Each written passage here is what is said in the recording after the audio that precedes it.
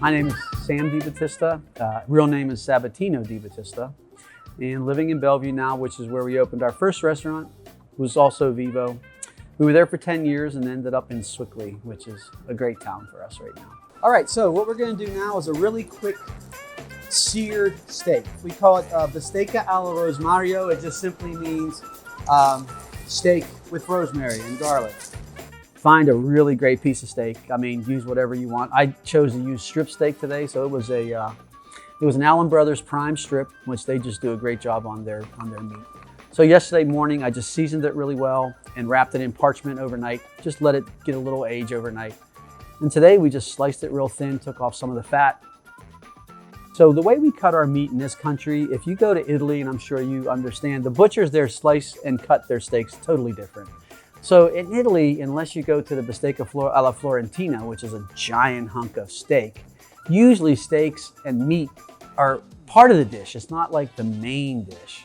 And I think that's how that came about. Like, you know, thin slices of pork or veal, or so if you see there's a lot of thin cuts in Italy. For that reason, it's not their main thing. It goes along with the pasta and the salad and all the, you know, so it's just part of the overall dinner, you know. So here you'll start to see the edges taking on a little color. That's what you're looking for there. Just a little color on the meat. You don't want to overdo it. You can get your pan hot and you start to see the oil shimmer a little bit.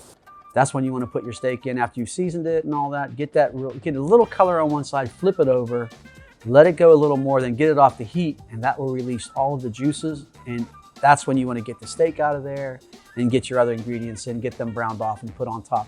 If you do those things, it'll just be a great steak. Now you can do that with a thicker steak, no problem. But that was sort of like the idea behind the little bit of steak. Then we're gonna take rosemary and just get it off of the stem. The rosemary, when you toast it up, it releases all of its essential oils into the juice. And honestly, it's such a satisfying steak. I don't know what it is about it. It's so simple, anybody can do it, and yet it just works.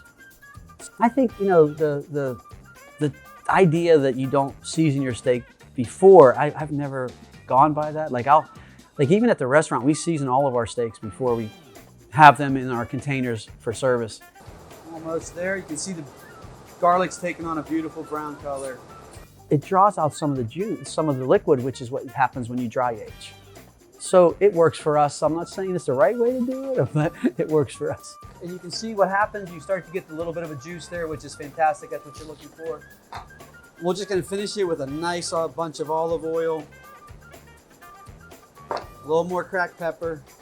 Well, the Bistecca, again, just goes along with the concept that you take something and do as little as possible to it.